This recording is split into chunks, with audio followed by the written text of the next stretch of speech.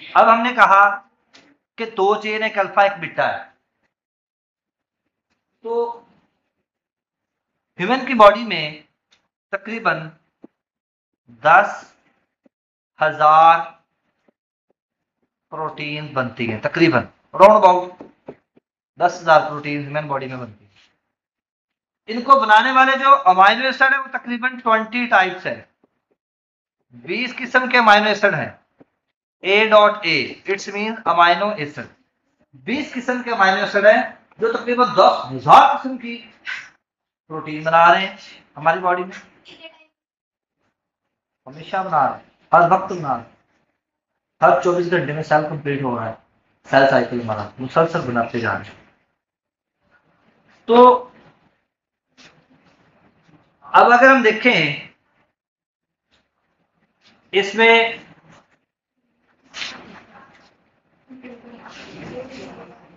एक एग्जांपल है यहां पे, बल्कि एक और बता रहे हम, जैसे इंसुलिन बताया, हीमोग्लोबिन का भी हम जिक्र करेंगे। अब इसमें भी शॉर्ट क्वेश्चन और एमसीक्यू पूछा जाता है। तो हीमोग्लोबिन में टोटल अमाइनो एसिड कितने हैं जी? 574, 574 A.A टोटल TAA मतलब टोटल अमाइनो एसिड 574, 574 हीमोग्लोबिन में। हीमोग्लोबिन का काम क्या पढ़ाया कल मैंने? ट्रांसपोर्ट का काम है इसका, सोनिया, ट्रांसपोर्ट का काम है। अब यहां पे मैं लिखता हूं, अगर मैंने कहा अमाइनो एसिड इसमें 574 है, तो बताओ पेप्टाइड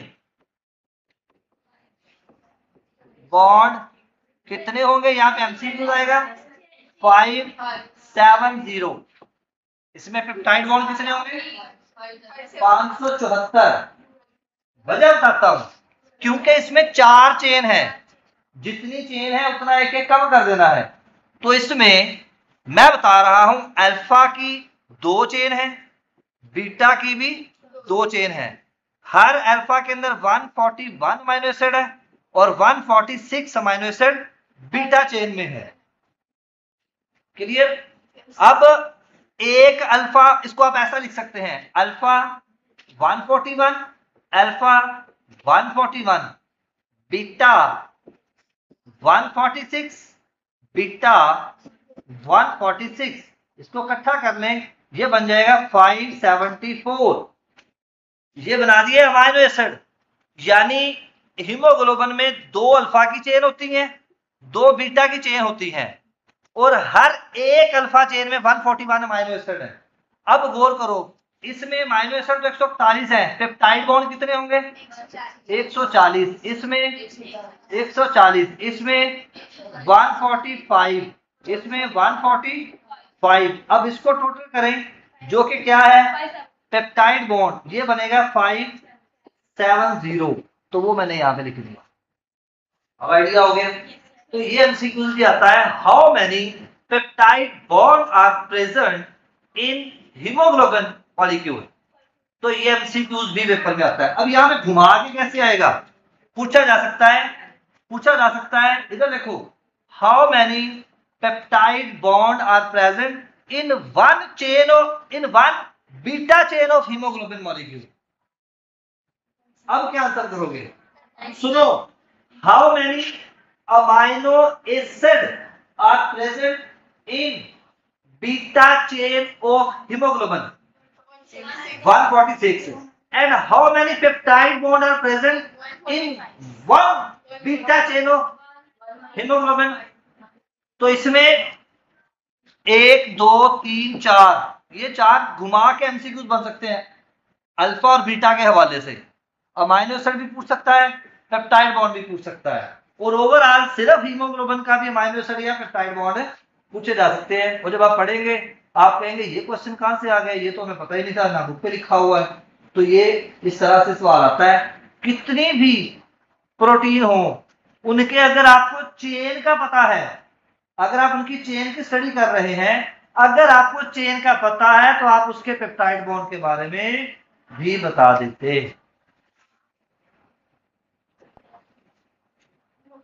नेक्स्ट एग्जांपल दीजिए जी।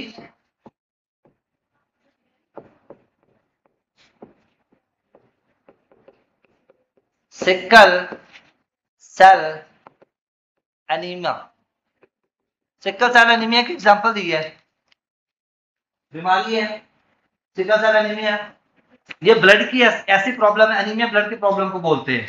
सिकल सेल यानी द्रांतिनुमा सेल बन जाते हैं। नॉर्मली हमारी बॉडी में जो ब्लड सेल्स होते हैं RBC, red blood corpuscles, red blood corpuscles, वो राउंड होते हैं, राइट, वो राउंड होते हैं।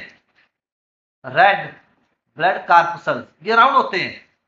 लेकिन जब सिकल सेल एनीमिया की प्रॉब्लम आ जाती है तो सिकल सेल वाले जो सेल्स होते हैं वो ऐसे हो जाते हैं, ऐसे आर बी सी, वो ऐसे बन जाते हैं। ये सिकल सेल वाले सेल है। तो ये कैसे हुए? बस याद रखो, हर प्रोटीन जितने भी अमाइनो एसिड पर मुश्तमिल है, अगर उनमें एक भी अमाइनो एसिड सो जाए, एक भी अमाइनो एसिड अगर सोना शुरू कर दे, ठीक है, जितने भी बच्चे बैठे हुए एक भी बच्चा सोना शुरू कर दे तो खैर सबको उसकी तरफ देखकर सुस्ती पड़ जाती है। सारे कह रहे अच्छा तुम भी खाओ, हम भी खाओ, ठीक है। तो खैर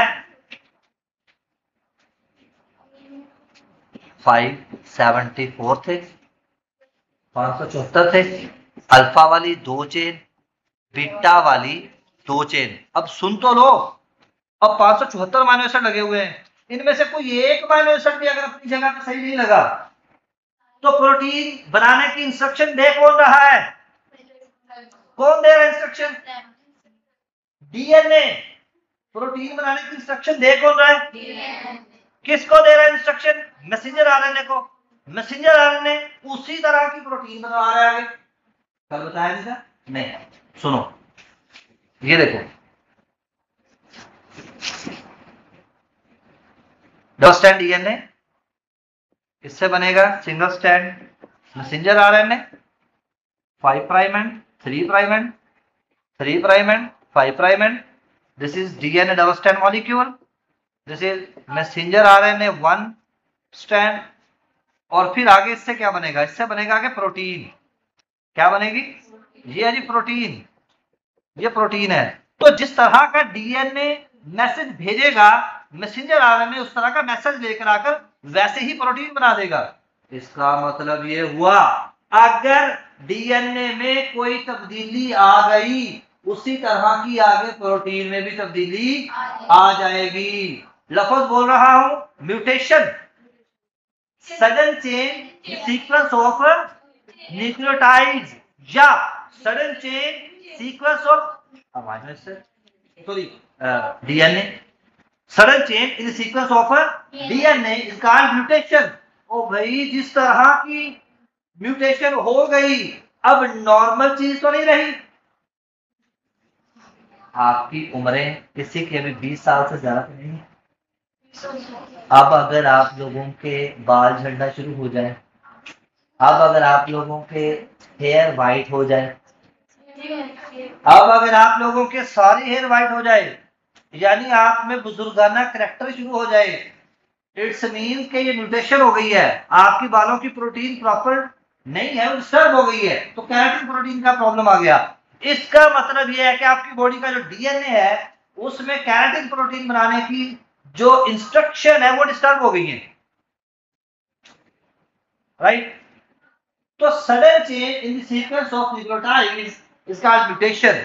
तो म्यूटेशन की वजह से डीएनए में तब्दीली आती है, उसी तरह के आगे फिर प्रोटीन बनती है। तो हीमोग्लोबिन नॉर्मल थी, ऑक्सीजन लेके जा रही थी, ऑक्सीजन लेकर जाने वाले नॉर्मल ब्लड सेल होते हैं। लेकिन अगर नॉर्मल ब्लड सेल डिस्टर्ब हो गए, क्यों होंगे?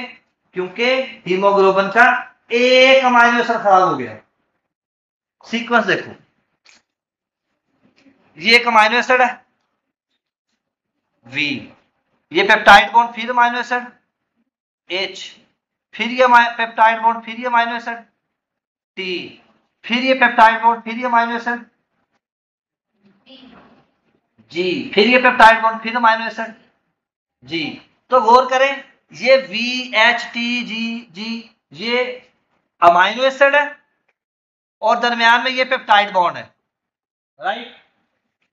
तो ये तो है नॉर्मल, ये मैं कह रहा हूं कि नॉर्मल कौन सी चेन, ये सिकल सेल एनीमिया की, ये भी बड़ा इंपॉर्टेंट एमसीक्यूज आता है।